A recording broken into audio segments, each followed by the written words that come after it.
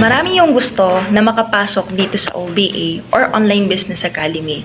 Pero, hindi nila alam kung paano. So, sa video na to, sasagutin yung step-by-step process, yung qualification process, kung paano nga ba makapasok sa OBA. Now, unahan ko na kayo guys ha, kasi yes, open tayo sa lahat, pero aminin na natin, hindi lahat talaga ay pwede mag-qualify dito. Kasi syempre, limited lang yung slots natin, and of course, we go for quality over quantity. That's why, kina-qualify natin kung sino yung mga gusto talaga makapasok dito. Now, when it comes to ages requirement naman guys, no?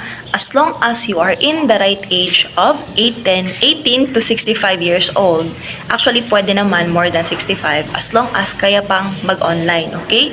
At pagdating naman sa educational attainment, na wala namang kailangang educational attainment at wala namang kailangang experience. Pero, need lang dito is magkaroon ka ng account ID.